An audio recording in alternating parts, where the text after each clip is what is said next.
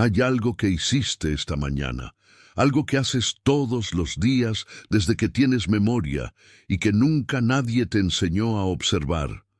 Ocurrió en los primeros segundos después de abrir los ojos, antes de que tu pie tocara el suelo, antes de que el café estuviera listo, antes de que el mundo exterior tuviera oportunidad de hacerte daño.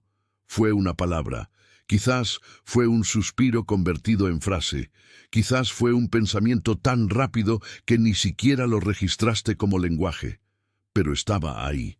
Y esa palabra, esa primera emisión verbal de tu conciencia despertando, activó una cascada de eventos bioquímicos que determinaron cómo ibas a sentirte, qué ibas a notar, qué oportunidades ibas a ignorar y qué miedos ibas a alimentar durante las siguientes 16 horas. Nadie te lo dijo, nadie te advirtió que cada vez que pronuncias, aunque sea en silencio, la frase «otro día igual», estás firmando un contrato con tu sistema nervioso. Le estás ordenando que filtre la realidad para demostrarte que tenías razón. Y tu sistema nervioso, que no sabe distinguir entre una observación y una instrucción, obedece. Llevo años rastreando un conocimiento que debería haber desaparecido, que los imperios que lo custodiaban se encargaron de sellar en cámaras que no estaban diseñadas para ser abiertas, que las tradiciones que lo transmitían lo hacían solo de maestro a discípulo, bajo juramentos que incluían la muerte como precio por la indiscreción, y que la ciencia moderna, sin saberlo, ha estado redescubriendo en laboratorios lo que escribas de hace 4000 años grabaron en piedra. Lo que vas a escuchar en este archivo no es una teoría sobre pensamiento positivo. El pensamiento positivo es un parche, un analgésico.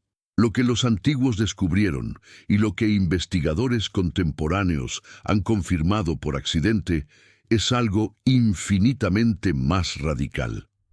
Tu aparato vocal y tu diálogo interno no son herramientas de comunicación, son herramientas de construcción. Literalmente, biológicamente. Cada palabra que pronuncias, cada frase que repites en la caverna de tu cráneo está alterando la expresión de tus genes, la arquitectura de tu cerebro y el campo electromagnético que tu corazón emite hacia todo lo que te rodea. Cuando termines de escuchar este archivo, no habrás aprendido a pensar en positivo. Habrás comprendido por qué cada palabra que has pronunciado en los últimos 10 años ha estado construyendo ladrillo a ladrillo invisible la prisión exacta en la que hoy sientes que vives. Y lo más perturbador de todo, descubrirás que tienes en la lengua la misma herramienta que usaron los arquitectos de imperios para doblar la realidad a su voluntad. La diferencia entre tu vida actual y la vida que intuyes que deberías estar viviendo no es el destino, no es la suerte, no es el trauma que cargaste desde la infancia, es un error de programación verbal que nadie te enseñó a detectar y que a partir de hoy vas a desinstalar para siempre. Pero antes de continuar, necesito hacerte una advertencia. Lo que estás a punto de escuchar contradice casi todo lo que te han enseñado sobre cómo funciona la realidad. Contradice la idea de que las circunstancias externas determinan tu estado interno. Contradice la noción de que el cambio requiere años de terapia o golpes de suerte. Y contradice, sobre todo, la creencia más peligrosa de todas, que tus palabras son solo aire que sale de tu boca y desaparece. No desaparecen, nunca han desaparecido. Cada una sigue viva, reverberando en las estructuras de tu cerebro, en la memoria de tus células, en el campo invisible que determina qué versión de ti mismo te devuelve el espejo cada mañana. Bienvenido a Archivos Vedados. Hoy desenterramos el grimorio del habla sagrada. Y cuando terminemos, entenderás por qué los sacerdotes egipcios preferían morir antes que revelar este secreto a quienes no estuvieran preparados para usarlo. Comenzamos. Capítulo 1. La cámara sellada de Luxor. En 1881, un grupo de arqueólogos británicos trabajaba en las cercanías de Luxor, la antigua Tebas, cuando uno de los obreros locales desapareció. Lo buscaron durante horas asumiendo un accidente. Lo encontraron sentado en el suelo de una cámara que ningún mapa había registrado, con los ojos fijos en la pared y el rostro cubierto de lágrimas. El hombre no supo explicar cómo había llegado ahí. Un derrumbe menor había revelado un pasaje que llevaba sellado más de 3000 años. Y en las paredes de aquella cámara, iluminadas por primera vez desde la época de los faraones, había textos que los egiptólogos tardaron décadas en descifrar completamente. No eran oraciones a los dioses. No eran registros de batallas, ni inventarios de tesoros. Eran instrucciones detalladas, meticulosas, casi clínicas, sobre cómo entrenar la voz humana para alterar el mundo físico. Los sacerdotes egipcios tenían un nombre para este conocimiento. Lo llamaban Heka, y aunque la palabra ha sido traducida torpemente como magia en la mayoría de textos académicos, esa traducción es un insulto a lo que realmente significaba. Heka no era magia en el sentido de trucos o ilusiones. Heka era la fuerza primordial con la que los dioses habían creado el universo. La misma fuerza que, según los textos de aquella cámara, podía ser canalizada por cualquier ser humano que completara el entrenamiento adecuado. El entrenamiento duraba años, a veces décadas. Y comenzaba con un principio que aparece repetido obsesivamente en cada papiro, en cada inscripción, en cada fragmento que hemos podido recuperar de aquella tradición. Antes de que la palabra tenga poder sobre el mundo exterior, debe descender al corazón. Los sacerdotes no usaban esta frase como metáfora poética, la usaban como instrucción técnica.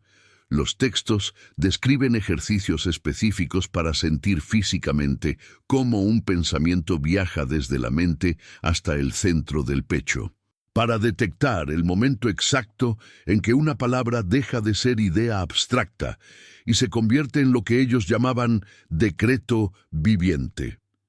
Para distinguir entre las palabras que nacen de la superficie del pensamiento, que no tienen fuerza, y las palabras que emergen de ese lugar donde el aliento, la emoción y la intención se fusionan en una sola cosa. Solo cuando el aprendiz dominaba este proceso, que podía llevar años de práctica silenciosa, se le permitía comenzar a pronunciar. Y lo que pronunciaba no eran oraciones ni peticiones, eran afirmaciones de realidad, declaraciones de lo que era, no de lo que se deseaba. El matiz parece sutil, pero es abismal. Un sacerdote entrenado en Heka jamás diría que venga la curación. Diría, la curación está aquí. Jamás diría que llegue la abundancia. Diría, la abundancia es. El lenguaje de la súplica, según estos textos, era el lenguaje de los no iniciados. El lenguaje del poder era el lenguaje de la declaración, del decreto, de la palabra que no pide permiso al universo porque sabe que ella misma es fuerza creadora. Ahora bien, cuando los primeros egiptólogos publicaron traducciones parciales de estos textos a principios del siglo XX, la comunidad académica los trató como curiosidades religiosas, supersticiones de una cultura primitiva que no entendía las leyes de la física. Durante décadas, el consenso fue que los egipcios, a pesar de sus pirámides imposibles, confundían la correlación con la causalidad, que creían en la magia de las palabras porque no tenían instrumentos para medir lo que realmente pasaba. Lo que nadie anticipó fue que los instrumentos llegarían, y que cuando llegaron confirmarían algo que ningún científico esperaba. En los años 90, investigadores comenzaron a estudiar un fenómeno que llamaron coherencia cardíaca. Descubrieron que el corazón humano no es simplemente una bomba de sangre. Es un órgano que genera un campo electromagnético que se extiende más allá del cuerpo físico y que puede ser medido a varios metros de distancia.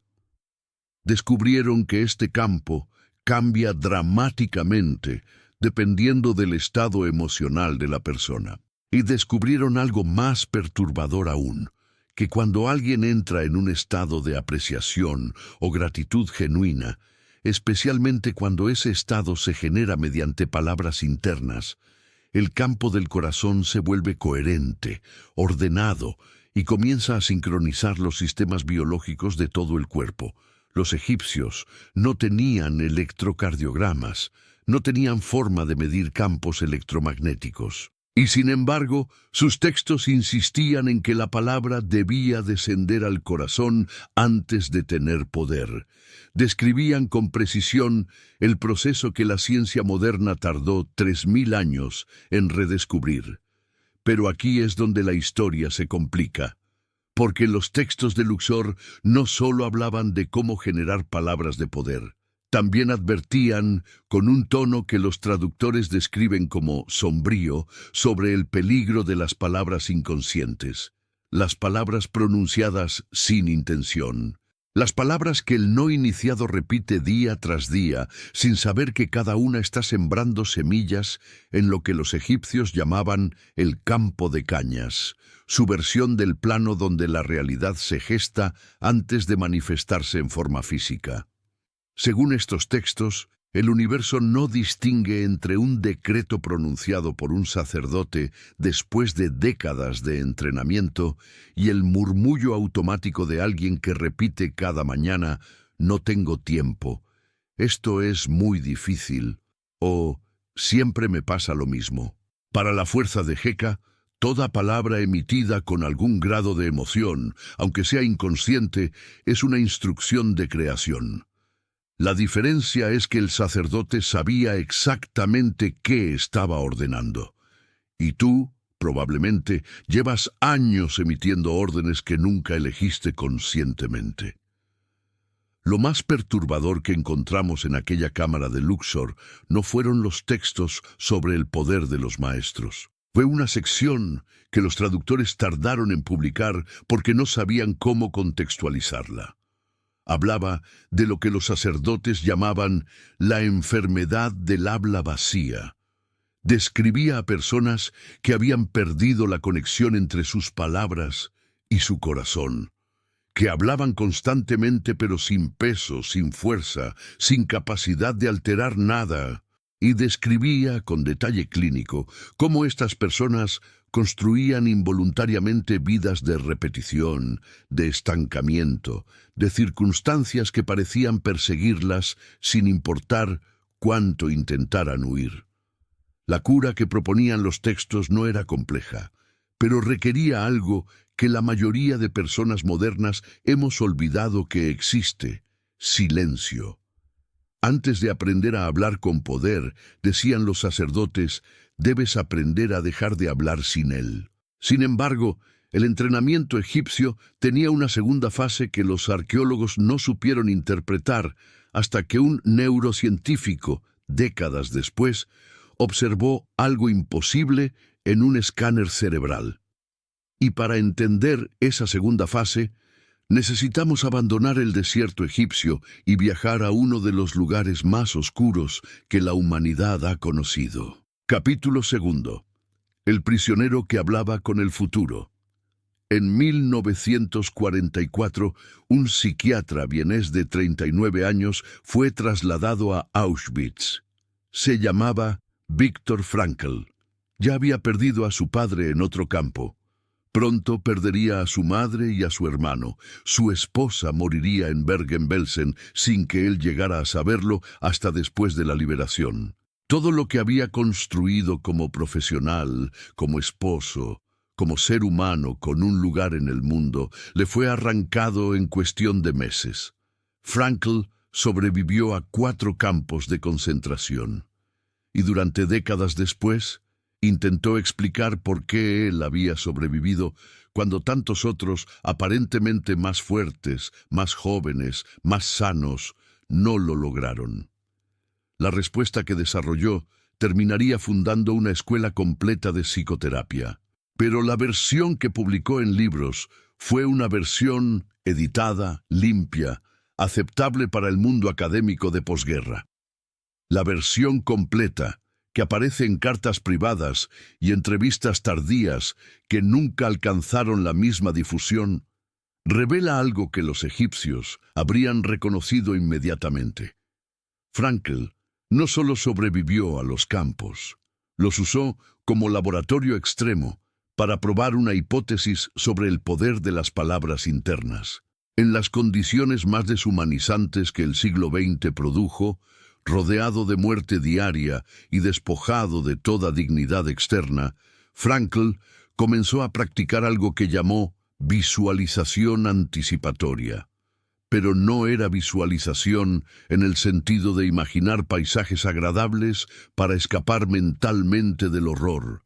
Era algo más radical, más cercano a lo que los sacerdotes de Luxor habrían llamado decreto. Cada día, durante los momentos en que su mente no estaba consumida por la supervivencia inmediata, Frankl se narraba a sí mismo una historia. En esa historia, la guerra había terminado. En esa historia, él estaba de pie frente a un auditorio, explicando la psicología de los campos de concentración. Describía el auditorio con detalle, la luz que entraba por las ventanas, el sonido de las sillas cuando el público se acomodaba, las preguntas que le harían, las respuestas que daría. No era fantasía escapista. Frankl insistió en esta distinción hasta el final de su vida. No estaba imaginando para huir del presente. Estaba declarando un futuro con tal intensidad y consistencia que ese futuro comenzaba a tener más peso, más realidad, que las circunstancias que lo rodeaban. Y aquí aparece el dato que nunca llegó a los libros de autoayuda que citaron a Frankl durante décadas. En sus notas privadas, Frankl describía que el proceso tenía un componente físico específico. No bastaba con imaginar, había que hablar. Aunque fuera en susurros, aunque fuera moviendo los labios sin emitir sonido, las palabras tenían que articularse, tenían que ser pronunciadas en algún nivel, no solo pensadas. La diferencia entre imaginar y pronunciar, escribió Frankl, es la diferencia entre dibujar un mapa y comenzar a caminar. Pero lo que Frankl observó en los demás prisioneros fue lo que transformó su observación personal en teoría psicológica. Notó que podía predecir, con precisión perturbadora, qué prisioneros iban a morir en las siguientes semanas. No por su estado físico, que era uniformemente deplorable en todos, sino por su lenguaje. Los prisioneros que dejaban de hablar en futuro, morían. Los que pasaban de decir cuando salgamos, a decir si salimos, comenzaban un declive que ninguna ración extra de comida podía revertir. Los que abandonaban toda narración de futuro, que dejaban de construir con palabras cualquier versión de sí mismos más allá del alambre de púas, se apagaban como velas sin oxígeno. Frankl lo llamó el vacío existencial, pero podría haberlo llamado, si hubiera conocido los textos egipcios, muerte por abandono de Heka, por cese del decreto, por rendición del poder creador de la palabra. Después de la guerra, cuando finalmente dio aquellas conferencias que había ensayado mentalmente en los barracones, Frankl fundó la logoterapia, la terapia del sentido, una forma de tratamiento psicológico basada en la premisa de que el ser humano puede sobrevivir a casi cualquier como si tiene un porqué suficientemente poderoso. Y ese porqué, insistía Frankl, no se descubre, se construye, se narra, se pronuncia hasta que cobra la densidad de lo real. La ciencia moderna tardó medio siglo en poder medir lo que Frankl observó en condiciones extremas. Hoy sabemos que el diálogo interno negativo crónico activa de forma sostenida la amígdala cerebral, la estructura responsable de procesar el miedo.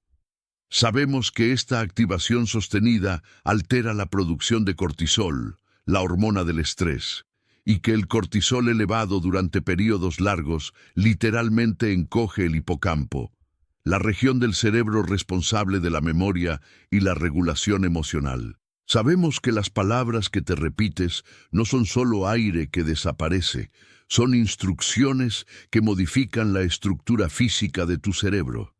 Pero también sabemos algo más, algo que los investigadores no buscaban cuando lo encontraron. Sabemos que este proceso funciona en ambas direcciones, que la persona que conscientemente elige sus palabras internas, que practica lo que hoy se llama reestructuración cognitiva, pero que Frankl habría reconocido como narración anticipatoria, puede revertir el daño, puede reconstruir las estructuras cerebrales que el estrés crónico erosionó. Puede, literalmente, volver a cablear su cerebro mediante el uso deliberado del lenguaje interior. Los sacerdotes egipcios sabían que la palabra era herramienta de creación. Viktor Frankl demostró que es también herramienta de supervivencia. Y lo que tú vas a aprender en los siguientes capítulos es cómo convertirla en herramienta de liberación. Pero antes de enseñarte a construir, necesitamos que veas con claridad absoluta qué has estado destruyendo sin saberlo, porque la parte más peligrosa del autosabotaje verbal no es que exista, es que es invisible. Ocurre tan rápido, tan por debajo del radar de la conciencia, que la mayoría de personas jurarían que no lo hacen, y esa invisibilidad es precisamente lo que vamos a iluminar ahora. Capítulo 3. La arquitectura del enemigo interior. Cierra los ojos un momento. No te preocupes, el audio sigue. Solo cierra los ojos y recuerda la última vez que algo salió mal. No tiene que ser algo grave. Puede ser un error menor, un olvido, un pequeño fracaso cotidiano. Quédate con la imagen de ese momento. Y ahora pregúntate, ¿qué fue exactamente lo primero que dijiste? No lo que dijiste en voz alta a los demás, lo que dijiste en el espacio privado de tu cráneo, en ese idioma que nadie más puede escuchar. Si eres honesto, probablemente fue algo parecido a esto. ¡Qué idiota! Siempre igual. ¿Cómo puedo ser tan torpe? Era obvio que iba a pasar. O quizás fue más sutil, una especie de suspiro mental, cargado de resignación. Un sabía que esto pasaría, que ni siquiera tomó forma de palabras completas, pero que transmitía un mensaje claro a todo tu sistema nervioso. Esto es lo que soy, esto es lo que merezco, esto es lo que siempre ocurre.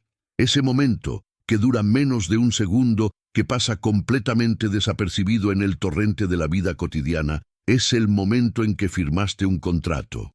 Un contrato con la parte de tu cerebro que no distingue entre observación e instrucción. Un contrato que dice, la próxima vez que ocurra algo similar, recuérdame que soy el tipo de persona a la que le pasan estas cosas. Y tu cerebro, porque es una máquina de cumplir órdenes, obedece. Esto no es metáfora, no es lenguaje poético para describir procesos psicológicos abstractos. Es neurobiología. Es la ciencia de cómo las palabras que te dices a ti mismo alteran físicamente las estructuras que determinan qué percibes, cómo reaccionas y qué posibilidades eres capaz de detectar en tu entorno. Existe una estructura en tu cerebro llamada sistema reticular activador. Su función principal es filtrar. En cada momento, tus sentidos están recibiendo millones de bits de información del entorno. Si tuvieras que procesar conscientemente cada uno de ellos, tu sistema colapsaría en segundos. Así que el sistema reticular decide qué llega a tu conciencia y qué se queda fuera. Decide qué notas y qué ignoras. Y la pregunta crucial es, ¿cómo decide? La respuesta es que decide basándose en lo que tú le has indicado que es importante, basándose en las instrucciones que le has dado.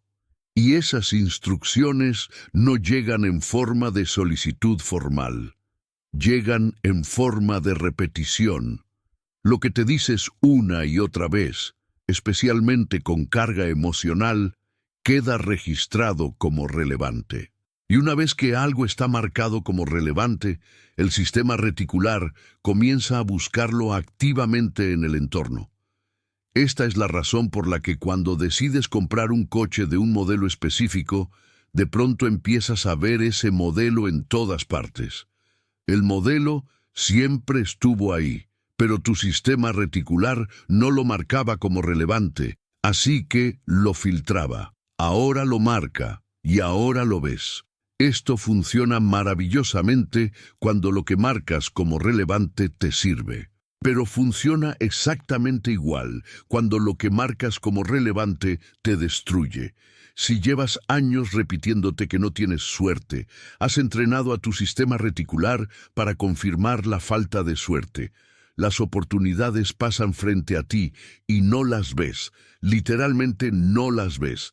No es que las ignores conscientemente, es que nunca llegan a tu conciencia porque tu filtro las elimina antes de que tengan oportunidad. Si llevas años diciéndote que las relaciones siempre te hieren, has entrenado a tu sistema reticular para detectar amenazas en cada persona que se acerca. Las señales de peligro, reales o imaginarias, se magnifican. Las señales de seguridad se minimizan. Y entonces, por supuesto, las relaciones te hieren, no porque el universo te castigue, sino porque programaste a tu propio cerebro para crear la experiencia que tus palabras describían. Pero la historia no termina en el sistema reticular. Hay otra estructura, más antigua, más primitiva, que también está escuchando cada palabra que pronuncias. Se llama amígdala, y su trabajo es mantenerte vivo. La amígdala no entiende de pasado ni de futuro. No entiende de metáforas ni de exageraciones. Cuando tú dices, aunque sea en broma, esto me está matando, la amígdala lo registra como amenaza real. Cuando dices no puedo más, la amígdala inicia protocolos de supervivencia, aumenta el cortisol, acelera el pulso, prepara al cuerpo para pelear o huir. No le importa que estés sentado en tu sofá hablando de una factura. Las palabras activaron la alarma y la alarma se activa. Aquí está el problema. La amígdala fue diseñada para amenazas puntuales. Para el tigre que aparece entre los arbustos, exige una reacción de 30 segundos y luego desaparece. No fue diseñada para el diálogo interno crónico del ser humano moderno, que puede repetir frases de amenaza docenas de veces al día durante años. El resultado es un sistema de alarma que nunca se apaga. Un cuerpo que vive en estado de emergencia perpetua. Un cerebro que, bajo el peso del cortisol constante, comienza a deteriorarse. El hipocampo se encoge, y con él se deteriora la memoria y la capacidad de regular emociones. La corteza prefrontal, la parte del cerebro responsable de la toma de decisiones racionales, queda desconectada cuando la amígdala toma el control. Y entonces tomas decisiones desde el miedo. Reaccionas en lugar de responder. Confirmas, una vez más, las palabras que te dijiste a ti mismo. Es un círculo que se alimenta a sí mismo. Y el combustible del círculo es lenguaje.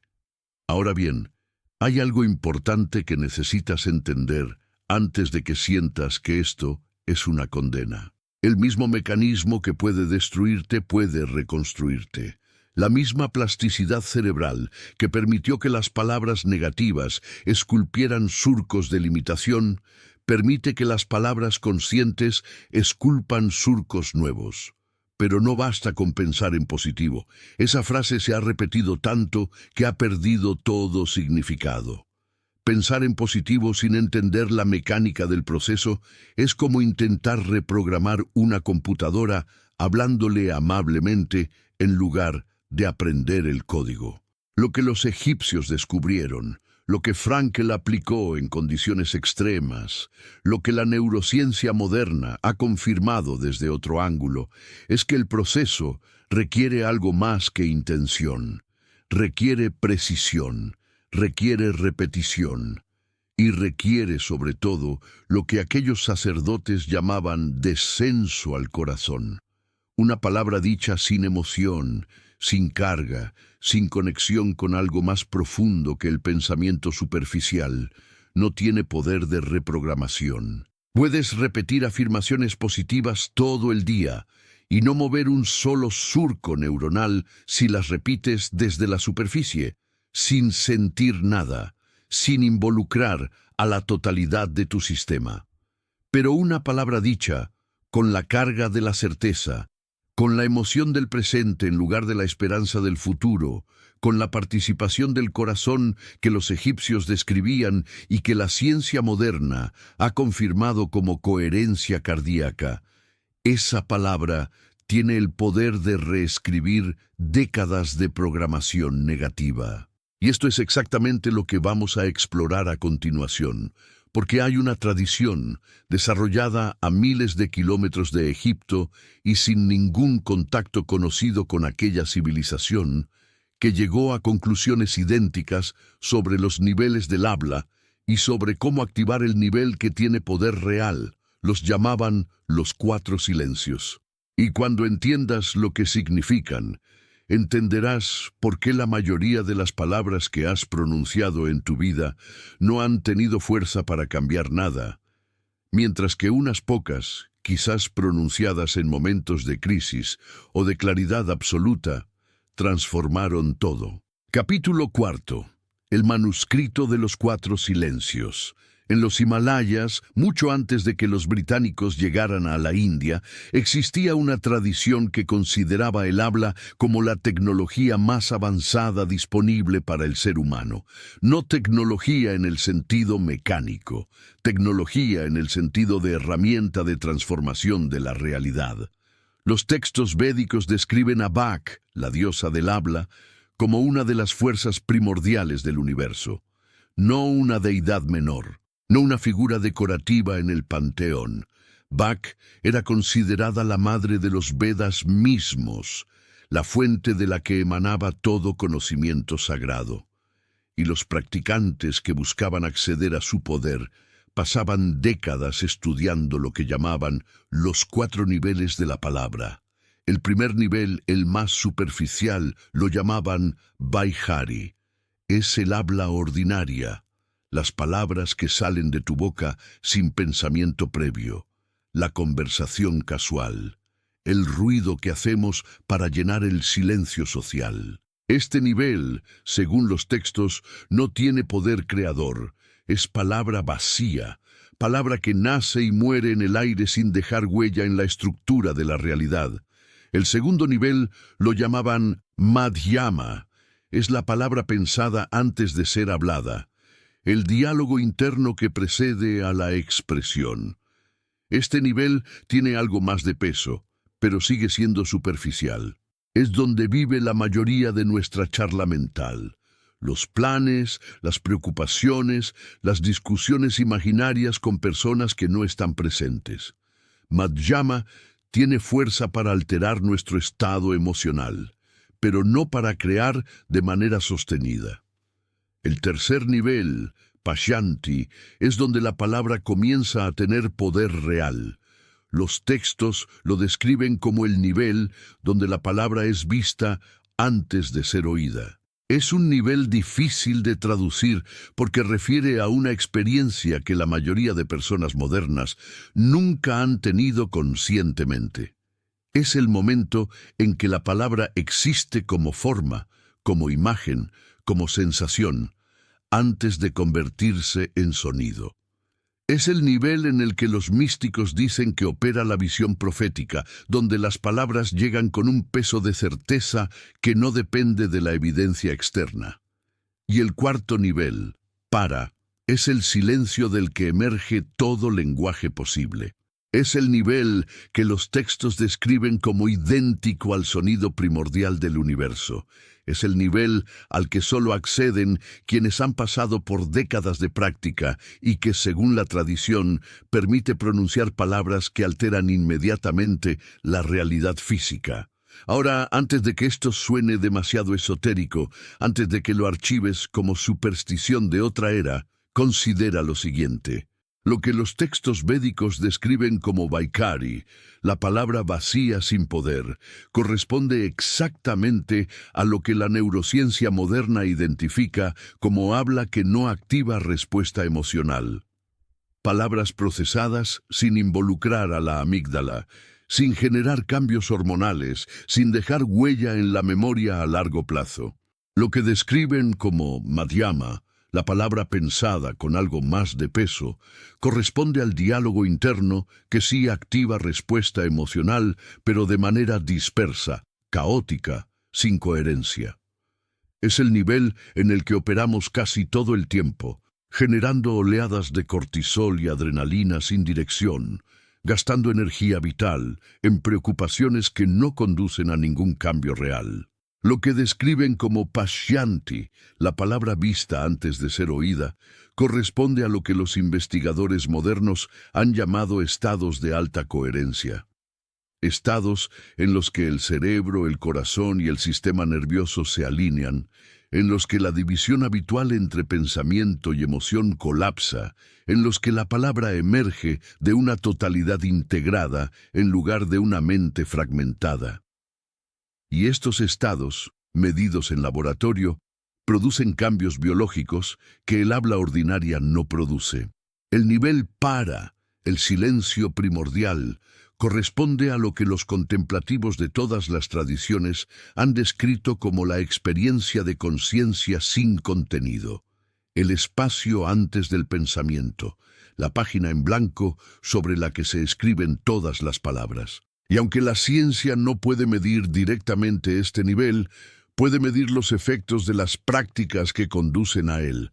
Reducción sostenida del ruido mental, reorganización de patrones cerebrales, activación de áreas del cerebro normalmente dormidas. La tradición védica no estaba describiendo magia, estaba describiendo niveles de profundidad en el uso del lenguaje interno.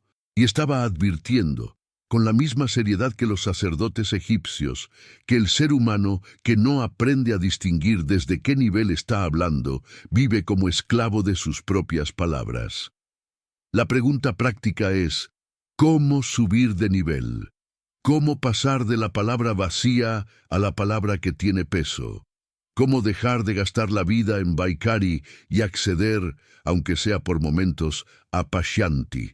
La respuesta que dan los textos es contraintuitiva. No comienza hablando más, comienza callando, comienza vaciando. Antes de poder llenar una vasija con agua pura, dice una analogía que aparece en varios textos, debes vaciar el agua estancada que ya contenía.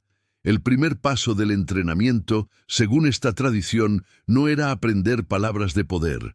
Era practicar el silencio interno, observar el torrente de charla mental sin engancharse a él, identificar las voces automáticas, los patrones repetitivos, las frases que aparecen una y otra vez sin invitación. Y solo cuando el practicante había desarrollado la capacidad de observar sin reaccionar, cuando podía mantener un espacio de silencio incluso mientras la charla continuaba, se le enseñaba el siguiente paso. Ese siguiente paso era el arte del mantra. Pero mantra no en el sentido popularizado en Occidente, como frase que se repite mecánicamente esperando resultados mágicos. Mantra en su sentido original. Herramienta de la mente. Tecnología de transformación. Un mantra, correctamente usado, no es algo que repites, es algo que te habita. La diferencia es crucial. Repetir mecánicamente una frase es Vaikari, sonido sin poder. Permitir que una frase descienda, que se instale en capas más profundas, que comience a resonar no solo en tu mente, sino en tu cuerpo, en tu pulso, en tu respiración. Eso es comenzar el ascenso hacia Pashyanti. Los textos describen el proceso con una imagen que aparece en múltiples tradiciones contemplativas. Es como calentar agua. Al principio, nada parece pasar. Aplicas calor, pero el agua sigue fría. Continúas aplicando calor, y el agua sigue aparentemente igual. Y entonces, de pronto, sin aviso, el agua hierve. El cambio cualitativo ocurre de golpe, pero solo fue posible por la acumulación paciente que lo precedió. Con las palabras internas pasa lo mismo. Puedes practicar una frase de decreto durante días sin sentir nada diferente. Pero si la práctica es correcta, si incluye el descenso al corazón que los egipcios describían, si incluye la carga emocional de la certeza y no de la esperanza, hay un momento en que algo cambia. La frase deja de ser algo que repites y se convierte en algo que eres. Y cuando eso ocurre, el poder creador se activa. Pero hay una advertencia más que los textos védicos comparten con los egipcios y que la ciencia moderna ha confirmado desde otro ángulo. El poder de la palabra no distingue entre construcción y destrucción. El mismo mecanismo que puede usarse para crear puede usarse inconscientemente para demoler. Y esto nos lleva a una pregunta incómoda que necesitas hacerte ahora mismo. Si llevas años practicando, sin saberlo, el arte del mantra destructivo, si llevas años repitiendo con carga emocional las mismas frases de limitación, si has logrado que esas frases desciendan tan profundo que ya no las reconoces como palabras, sino como verdades sobre quién eres, qué nivel de práctica consciente necesitarás para desinstalarlas. La respuesta no te va a gustar, pero es honesta. Necesitarás al menos tanta repetición consciente como repetición inconsciente has acumulado. Necesitarás paciencia. Necesitarás la humildad de quien reconoce que se hizo daño sin querer y que reparar llevará tiempo. Pero también necesitarás algo más, algo que la tradición védica conocía y que Viktor Frankl descubrió en los campos. Algo que cambia la ecuación completamente. Lo que estás a punto de escuchar no lo encuentras en los libros de autoayuda que citan superficialmente estas tradiciones. Lo encontramos en textos que no fueron diseñados para ser publicados. Textos de transmisión directa, de maestro a estudiante, que contenían la pieza que faltaba, porque el secreto no era solo qué palabras usar, era desde qué estado pronunciarlas, y ese estado tiene un nombre que los antiguos conocían y que la ciencia moderna acaba de redescubrir bajo otro título completamente diferente. Capítulo 5. El hombre que reprogramó su sangre. En 2003, un investigador americano publicó un estudio que no buscaba confirmar ninguna tradición mística. Buscaba entender por qué ciertas personas enfermaban menos que otras a pesar de tener condiciones de vida similares. Lo que encontró le obligó a replantear todo lo que creía saber sobre la relación entre mente y cuerpo. El estudio examinó marcadores genéticos en células inmunitarias de personas que practicaban meditación regular comparadas con personas que no meditaban. La hipótesis era simple. Quizás habría pequeñas diferencias en niveles de estrés. Lo que encontró fue cualquier cosa menos pequeño. Las personas que llevaban años practicando mostraban una expresión genética radicalmente diferente en genes asociados con inflamación y respuesta inmunitaria. No estamos hablando de diferencias psicológicas subjetivas. Estamos hablando de diferencias medibles, en qué genes estaban activos y cuáles estaban silenciados. La práctica mental había alterado la biología hasta el nivel del ADN. Este descubrimiento abrió una puerta que la ciencia todavía está explorando. El campo se llama epigenética, y su premisa central es que los genes no son destino. Los genes son posibilidades, y lo que determina qué posibilidades se expresan y cuáles permanecen dormidas no es solo la herencia ni solo el entorno físico. Es también, de maneras que apenas comenzamos a comprender, la actividad mental sostenida. Ahora bien, aquí es donde la historia se vuelve personal. En 2010, un empresario de tecnología de 47 años recibió un diagnóstico que no esperaba. Los marcadores en su sangre indicaban un nivel de inflamación crónica asociado con riesgo significativamente elevado de enfermedad cardiovascular y deterioro cognitivo. Los médicos le dieron las recomendaciones estándar: medicación, cambio de dieta, ejercicio moderado. Lo que no le dijeron fue que existía otra opción. Este hombre, que prefiero no nombrar porque su historia fue compartida en contextos privados, había leído sobre los estudios de epigenética, había leído sobre la ciencia de la meditación y había leído, por caminos que él mismo describe como improbables, sobre las tradiciones antiguas que afirmaban que la palabra hablada podía alterar la biología. Decidió hacer un experimento. Durante 6 meses, sin abandonar la medicación ni las recomendaciones médicas, añadió una práctica que diseñó combinando lo que había aprendido. Cada mañana, durante 20 minutos, entraba en un estado de coherencia cardíaca usando técnicas de respiración específicas. Y una vez en ese estado, en lugar de meditar en silencio, pronunciaba en voz baja frases específicas, no afirmaciones genéricas de bienestar. Frases dirigidas, con precisión quirúrgica, a los procesos biológicos que quería influenciar. Decía cosas como: mis células eliminan lo que no sirve y retienen lo que nutre. Decía: mi sangre fluye limpia y mi corazón late con ritmo perfecto. Decía: mi cuerpo sabe sanar y le doy permiso para hacerlo ahora. Las frases eran simples. Lo que no era simple era el estado desde el que las pronunciaba. No era esperanza, no era deseo. Era, según él lo describe, declaración desde certeza, como si estuviera describiendo algo que ya estaba ocurriendo en lugar de pedir algo que quería que ocurriera. A los 6 meses, sus análisis de sangre mostraron una reducción de marcadores inflamatorios que su médico no supo explicar.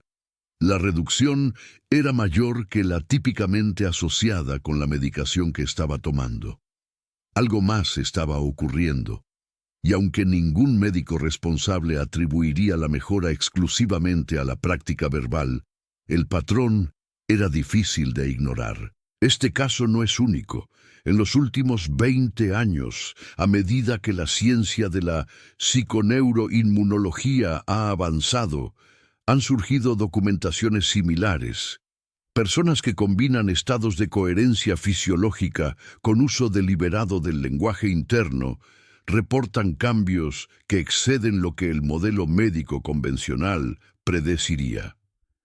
La ciencia todavía no tiene un marco completo para explicar estos fenómenos. Pero la ausencia de explicación completa no es lo mismo que la ausencia de fenómeno. Y lo que los datos sugieren, aunque con cautela, es que los antiguos estaban detectando algo real cuando afirmaban que la palabra pronunciada, desde el estado correcto, tiene poder sobre el cuerpo físico. Ahora, necesito ser preciso aquí, porque este territorio está plagado de malentendidos peligrosos. Lo que estoy describiendo no es una alternativa a la medicina. No es una invitación a abandonar tratamientos que funcionan en favor de prácticas no probadas. Es, más bien, una capa adicional, una tecnología complementaria que la mayoría de personas no sabe que existe y que, por tanto, no utiliza. Los egipcios no abandonaron sus hierbas medicinales cuando descubrieron el poder de Heka. Los védicos no dejaron de usar el Ayurveda cuando desarrollaron la ciencia del mantra. Entendían que el ser humano es un sistema complejo donde múltiples niveles de intervención pueden coexistir y potenciarse mutuamente. Lo que sí entendían, y lo que la ciencia moderna está comenzando a confirmar, es que existe un nivel de influencia sobre el cuerpo que opera a través de la conciencia y el lenguaje. Un nivel que la medicina convencional ha ignorado no porque no exista, sino porque no encajaba en el modelo materialista que dominó los últimos siglos. Ese modelo está cambiando. No porque los místicos hayan convencido a los científicos, sino porque los científicos, siguiendo sus propios métodos, han tropezado con fenómenos que el modelo antiguo no puede explicar. Pero hay algo más que los textos antiguos describían y que la ciencia todavía no ha abordado completamente, algo que tiene que ver no solo con el poder de crear, sino con el poder de transmutar, no solo con construir futuro, sino con liberar el peso del pasado que nos impide construir. Los egipcios lo representaban con la imagen del escarabajo que renace cada mañana del sol. Los alquimistas europeos hablaban de la transmutación del plomo en oro como metáfora del proceso interior. Y existe una tradición que cruza múltiples culturas y épocas, que habla de una llama interior capaz de quemar lo que ya no sirve sin destruir lo esencial. Es momento de hablar de esa llama, porque sin ella, todo lo que has aprendido hasta ahora será solo conocimiento. Y el conocimiento sin liberación es otra forma de prisión. Capítulo 6. La llama que transmuta. Hay algo que cargas. No necesito conocerte personalmente para saber que existe. Lo cargas en la forma en que reaccionas a ciertas palabras, en la manera en que tu cuerpo se tensa ante ciertos recuerdos, en las decisiones que evitas tomar, porque alguna vez, hace mucho tiempo, una decisión similar te hirió. No estoy hablando de trauma en el sentido clínico, aunque puede incluirlo. Estoy hablando del residuo, de las capas de experiencia que se acumularon en tu sistema nervioso y que colorean, sin que lo notes, cada percepción nueva, cada relación nueva, cada oportunidad nueva. Los psicólogos lo llaman condicionamiento. Los neurocientíficos lo llaman memoria implícita, las tradiciones antiguas lo llamaban karma, aunque no en el sentido simplificado de castigo cósmico. Karma en su significado original es simplemente acción y sus consecuencias. Huella, marca, lo que queda después de que el momento ha pasado. Y aquí está el problema. Puedes aprender todas las técnicas de decreto verbal que quieras. Puedes practicar la coherencia cardíaca hasta dominarla. Puedes usar mantras y afirmaciones con precisión quirúrgica. Pero si cargas un residuo lo suficientemente denso, ese residuo saboteará tus esfuerzos. Creará una disonancia entre lo que tu boca pronuncia y lo que tu cuerpo recuerda. Y el cuerpo, en ese conflicto, suele ganar. Esta es la razón por la que tantas personas prueban las técnicas de transformación mental, obtienen resultados temporales y luego regresan exactamente al mismo punto donde empezaron. No es que las técnicas no funcionen, es que las técnicas trabajan sobre un terreno que primero necesita ser limpiado. Las tradiciones antiguas conocían este problema y desarrollaron tecnologías específicas para abordarlo. En la tradición alquímica occidental, el primer paso del proceso de transformación se llamaba nigredo, la negrura, la confrontación con todo lo que en uno mismo está putrefacto, estancado, envenenado.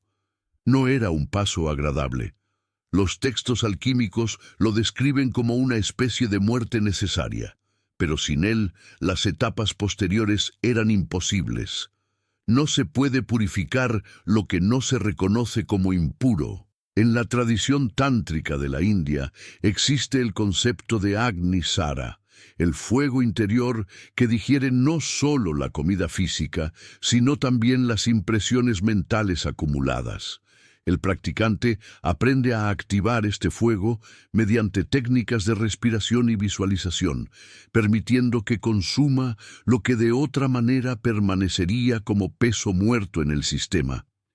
Y en tradiciones más recientes, que sintetizan elementos de múltiples fuentes, aparece el símbolo de la llama violeta, no como entidad mágica externa, sino como representación del proceso interior de transmutación. El violeta, en este contexto, representa la frecuencia más alta del espectro visible, el punto donde la luz casi deja de ser visible para convertirse en algo más. La llama violeta es la capacidad de la conciencia para tomar material denso, dolor antiguo, creencias osificadas, patrones de autosabotaje y transformarlo en combustible para algo nuevo. Ahora vamos a hacer algo diferente. Voy a pedirte que participes activamente. Esto no es visualización para relajarse. Es trabajo interior con propósito específico. Piensa en algo que todavía te duela. No lo más grave que tengas, si eso es demasiado intenso. Algo mediano. Algo que cuando aparece en tu mente todavía genera contracción. Puede ser un error que cometiste, una palabra que dijiste y que no puedes retractar, un daño que recibiste y que nunca procesaste completamente. Algo que cuando lo recuerdas activa en tu cuerpo una sensación de peso. Tienes algo. No me digas qué es. Solo nota que está ahí. Ahora nota dónde lo sientes en tu cuerpo, no en tu mente, donde la historia se repite en bucle, en tu cuerpo. Hay una sensación física asociada con ese recuerdo. Puede ser presión en el pecho, tensión en los hombros, nudo en el estómago, un lugar donde el cuerpo guarda lo que la mente no ha logrado digerir. Localiza ese lugar. Ahora respira hacia ese lugar. No respires huyendo de él. Respira hacia él. Imagina que tu aliento puede llegar hasta el punto exacto donde la sensación vive. Y mientras respiras hacia ese lugar, pronuncia mentalmente, o en voz baja si estás en un espacio privado, estas palabras: reconozco lo que ocurrió y elijo soltar el peso sin perder la lección. No te estoy pidiendo que perdones si no estás listo para perdonar. No te estoy pidiendo que olvides lo que no debe ser olvidado. Te estoy pidiendo que distingas entre el recuerdo, que puede tener valor, y el peso del recuerdo, que solo tiene costo. La llama violeta, como proceso interior, es exactamente esto. Es la capacidad de separar la sabiduría del sufrimiento, de extraer lo que la experiencia vino a enseñarte y soltar la carga de dolor que no necesitas seguir arrastrando. Vuelve a respirar hacia ese lugar en tu cuerpo. Y mientras exhalas, visualiza o siente que con el aire sale algo. No el recuerdo. El peso del recuerdo, la densidad, la contracción. Imagina que esa densidad al salir se transforma, como plomo que al pasar por fuego se convierte en otra cosa. No desaparece, transmuta. Este proceso, hecho una vez, tiene efecto limitado. Hecho como práctica regular, con intención sostenida, comienza a limpiar el terreno sobre el cual tus palabras de poder van a actuar. No puedes sembrar en tierra envenenada y esperar cosecha sana. Primero se limpia, luego se siembra. Hay algo más que necesitas saber sobre este proceso. No es lineal. No funciona de manera que limpies una vez y quedes limpio para siempre. Los residuos tienen capas. Lo que hoy transmutes revelará la capa siguiente. Y ese descubrimiento no es fracaso. Es progreso, es señal de que la limpieza está funcionando y que tienes acceso a material que antes estaba enterrado demasiado profundo para alcanzar. Los alquimistas hablaban de la espiral ascendente. Parece que vuelves al mismo punto, pero cada vez lo haces desde un nivel más alto. El mismo dolor aparece, pero cada vez tienes más capacidad para procesarlo. Menos te controla. Más lo usas como información sobre qué necesita aún ser integrado. Esta es la práctica que nadie menciona cuando habla de manifestación y pensamiento positivo. La práctica de limpieza, la práctica de transmutación. Sin ella, las afirmaciones son pintura sobre paredes agrietadas. Con ella, las afirmaciones tienen un cimiento limpio donde enraizar, pero hay todavía una pieza más del rompecabezas. Una pieza que tiene que ver con la conexión entre el campo que tu corazón emite y la realidad que experimentas. Porque los antiguos no solo sabían que la palabra debía descender al corazón, sabían por qué. Y la ciencia moderna, en uno de esos momentos que parecen diseñados para humillar al escepticismo, acaba de confirmar el mecanismo exacto. Capítulo 7. El campo que tu corazón emite. En 1991, un grupo de investigadores en California decidió medir algo que nadie había medido antes. Querían saber si el corazón humano emitía algún tipo de señal detectable más allá del cuerpo físico. Lo que encontraron cambió la comprensión de la fisiología cardíaca. El corazón genera un campo electromagnético que es aproximadamente 100 veces más potente que el campo generado por el cerebro. Este campo puede ser detectado a varios metros de distancia del cuerpo usando instrumentos sensibles. Y lo más significativo, el campo cambia su forma y coherencia dependiendo del estado emocional de la persona. Cuando alguien está experimentando emociones de frustración, ansiedad o ira, el campo cardíaco se vuelve caótico, irregular, incoherente. Las ondas que emite son erráticas, sin patrón discernible. Cuando la misma persona cambia a un estado de apreciación, gratitud o amor genuino, el campo se transforma. Se vuelve ordenado, coherente, con patrones suaves y regulares. Pero aquí está lo que hizo que los investigadores volvieran a revisar sus instrumentos pensando que había un error. Cuando una persona en estado coherente estaba cerca de otra persona, el campo del corazón coherente comenzaba a influir en los ritmos del corazón de la otra persona. La sincronización era medible, real, no metafórica. Los egipcios insistían en que la palabra debía descender al corazón antes de tener poder. No estaban siendo poéticos, estaban describiendo un requisito técnico.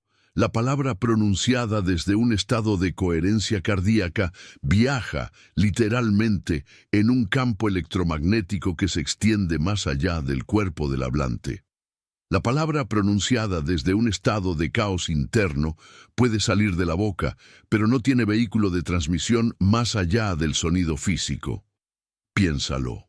Dos personas dicen exactamente la misma frase, mismas palabras, mismo tono de voz aparente, pero una la dice desde un estado de coherencia interna y otra la dice desde fragmentación y conflicto. El contenido lingüístico es idéntico, pero el campo que acompaña a cada emisión es radicalmente diferente. Esto explica algo que todos hemos experimentado, pero que no teníamos vocabulario para describir. La diferencia entre palabras que sientes vacías y palabras que sientes que te atraviesan. La diferencia entre alguien que dice te quiero y lo sientes verdadero y alguien que dice te quiero y sientes que hay algo falso, aunque no puedas identificar qué. No es solo intuición, es detección, probablemente inconsciente, de la coherencia del campo que acompaña a las palabras. Y aquí viene la implicación práctica que cambia todo. Cuando quieres usar la palabra como herramienta de creación, cuando quieres decretar y manifestar y sembrar futuro con tu lenguaje, el estado interno desde el que pronuncias es más importante que las palabras específicas que eliges. Puedes tener el decreto perfecto, la afirmación impecablemente construida, el mantra ancestral con 1000 años de tradición respaldándolo. Y si lo pronuncias desde un estado de duda, desde la incoherencia de quien no cree lo que está diciendo, desde la fragmentación de una mente que pelea consigo misma, el campo que emites saboteará el contenido que pronuncias. Por eso el entrenamiento de los sacerdotes egipcios duraba años.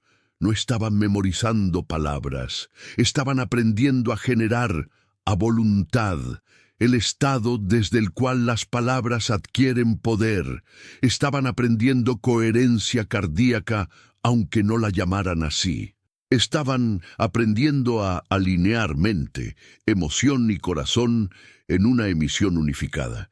Y esto nos lleva a la práctica que necesitas antes de cualquier decreto, antes de cualquier afirmación, antes de cualquier intento de usar las técnicas que has aprendido en este archivo.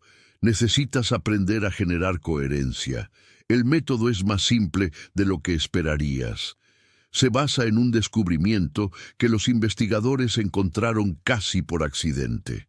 Cuando una persona dirige su atención hacia la zona del corazón, cuando respira de manera lenta y regular, como si el aire entrara y saliera por el pecho, y cuando evoca conscientemente una emoción de apreciación, no de deseo, sino de apreciación por algo que ya existe, aunque sea pequeño, el ritmo cardíaco se ordena. Las ondas se suavizan. El campo se vuelve coherente. No necesitas años de entrenamiento para comenzar. Necesitas práctica sostenida. Ahora mismo, mientras escuchas, puedes hacer el primer paso. Dirige tu atención a tu pecho. No pienses en el corazón como órgano médico. Piensa en él como centro energético, como los antiguos lo concebían. Respira más lento de lo normal. 5 segundos inhalando, 5 segundos exhalando. Y mientras respiras así, evoca algo que aprecias, algo real, aunque sea mínimo. El sabor del café esta mañana, la cara de alguien que te importa, un momento de paz que tuviste alguna vez. Quédate ahí. No analices, no te preguntes si lo estás haciendo bien. Solo respira hacia el corazón y sostén la apreciación. Eso que acabas de hacer, esa pequeña práctica de menos de un minuto, es el cimiento, el estado desde el cual las palabras tienen poder. Sin él, todo lo demás es técnica vacía. Con él, incluso las palabras más simples adquieren fuerza de decreto. La tradición egipcia tenía razón. La védica tenía razón. Frankl tenía razón cuando describía que las palabras de supervivencia funcionaban solo cuando venían acompañadas de una certeza que era más que mental. Lo que todos estaban detectando desde diferentes ángulos era la necesidad de coherencia como vehículo del lenguaje de poder. Y ahora tienes las piezas. Tienes el entendimiento de qué son los niveles del habla. Tienes la práctica de transmutación para limpiar el terreno. Tienes el protocolo de coherencia cardíaca como estado previo al decreto. Tienes, en otras palabras, todo lo que los sacerdotes tardaban años en enseñar, condensado en un archivo que dura menos de una hora. Pero el conocimiento sin aplicación es entretenimiento. Y esto no es entretenimiento. Esto es tecnología de transformación. Así que vamos a terminar con algo que no es resumen ni es cierre. Vamos a terminar con el comienzo de tu práctica. Con el momento en que dejas de escuchar y empiezas a vivir lo que aprendiste. Capítulo 8. El decreto del amanecer. Imagina mañana, no el mañana abstracto de los planes vagos, el mañana concreto, la luz que comenzará a entrar por tu ventana, el sonido de lo que te despierte, el momento exacto en que abras los ojos. Ese momento, que antes vivías en automático, está a punto de convertirse en otra cosa. Mañana, cuando despiertes, no te moverás inmediatamente. Te quedarás donde estás. Notarás la primera palabra que intente surgir. El suspiro automático. El pensamiento habitual. Lo notarás, pero no lo seguirás. En lugar de eso, llevarás tu atención al pecho. Harás 3 respiraciones profundas, como practicaste antes, y en la tercera exhalación evocarás apreciación por estar vivo, por tener un día nuevo, por la posibilidad que todavía no conoces, pero que ya existe en algún lugar esperando ser encontrada. Y entonces, desde ese estado, pronunciarás tu primer decreto del día. No te voy a dar las palabras exactas, porque el poder del decreto está en que sea tuyo, pero te voy a dar la estructura. Comienza con yo soy o yo estoy, no con yo quiero ni yo espero. Querer y esperar son lenguaje de carencia, de algo que no tienes. Ser y estar son lenguaje de presencia de lo que ya eres, aunque no lo hayas notado. Que la segunda parte describa algo que quieres vivir, pero descríbelo como si ya estuviera ocurriendo. No la salud llegará. Yo soy salud moviéndose en este cuerpo. No la abundancia vendrá. Yo estoy abierto y recibo lo que la vida trae. Siente las palabras. Esto es crucial. Si las dices desde la superficie, no sirven. Si las dices mientras checas el teléfono o planeas el desayuno, no sirven. Necesitas ese momento de presencia total, de coherencia, de estar completamente donde estás mientras pronuncias. Y luego suelta. No te aferres a las palabras. No pases el día obsesionado con si funcionaron. El agricultor que planta una semilla no la desentierra cada hora para verificar si está creciendo. Confía en el proceso. Hiciste tu parte. Ahora deja que las fuerzas que no controlas hagan la suya. Esta práctica, hecha una vez, tiene efecto limitado. Hecha cada mañana durante 30 días, comienza a reprogramar los surcos neuronales que llevas años excavando con palabras inconscientes. Hecha durante meses, transforma no solo tu cerebro, sino tu campo, tu forma de estar en el mundo, lo que atraes y lo que repeles sin siquiera darte cuenta. Pero aquí viene la advertencia final, la que los textos antiguos siempre incluían y que los libros modernos suelen omitir. El poder de la palabra no tiene moral propia. No sabe si lo que declaras te sirve o te destruye. Solo sabe crear. Si pronuncias desde el miedo, crea lo que el miedo dicta. Si pronuncias desde la victimización, crea más circunstancias donde puedas sentirte víctima. Si pronuncias desde la certeza de tu pequeñez, crea una vida que cabe en esa pequeñez. La responsabilidad es absoluta. Nadie va a verificar que estés usando esto correctamente. Nadie va a detenerte si usas el poder de tu palabra para autosabotearte de maneras más sofisticadas.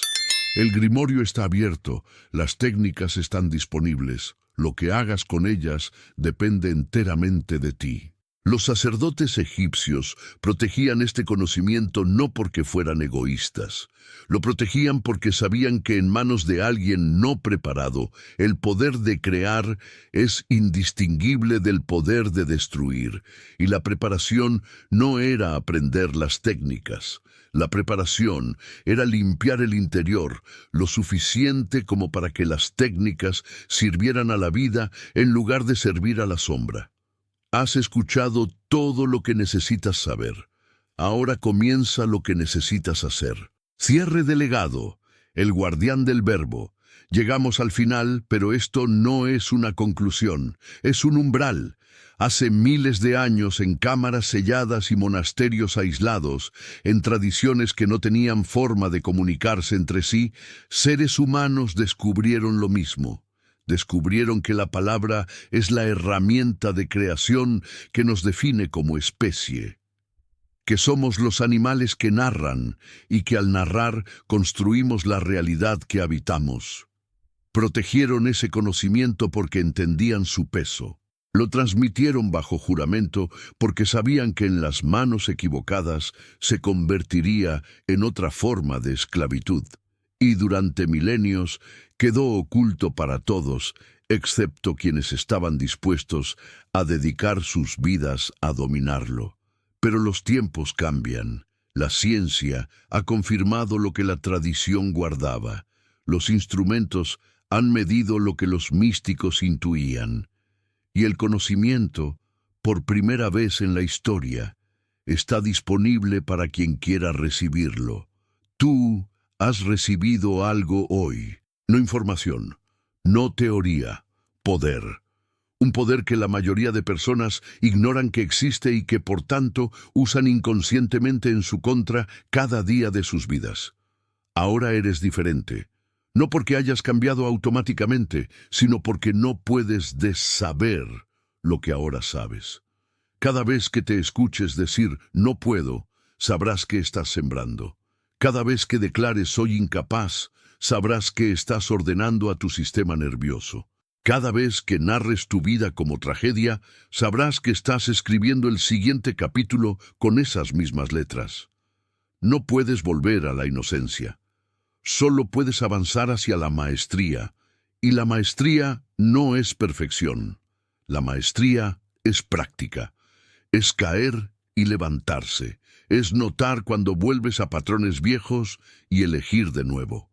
Es la humildad de saber que este camino no termina nunca y la determinación de caminarlo de todas formas. Eres ahora un guardián de este conocimiento. No porque alguien te haya nombrado tal, sino porque el conocimiento que portas te hace responsable de él, de cómo lo usas, de si lo compartes, de qué vida construyes ahora que sabes lo que sabes. Si este archivo ha resonado contigo, si sientes que algo ha cambiado en la forma en que entiendes tu propia voz interior, entonces hay más esperándote. Archivos. Vedados no es un canal de entretenimiento. Es un grimorio vivo, un repositorio de conocimiento ancestral validado por ciencia moderna, un espacio para quienes están listos para dejar de ser espectadores de su propia vida y convertirse en autores de ella. Suscríbete si quieres seguir recibiendo estas transmisiones, no como fan, sino como iniciado, no para consumir contenido, sino para practicar lo que aprendes y transformar lo que vives. El decreto está hecho. La semilla está plantada. Lo que crezca de ella depende de ti. Hoy aprendiste que tus palabras construyen mundos. Mañana comienza la construcción del tuyo. Este fue Archivos Vedados. Hasta el próximo manuscrito.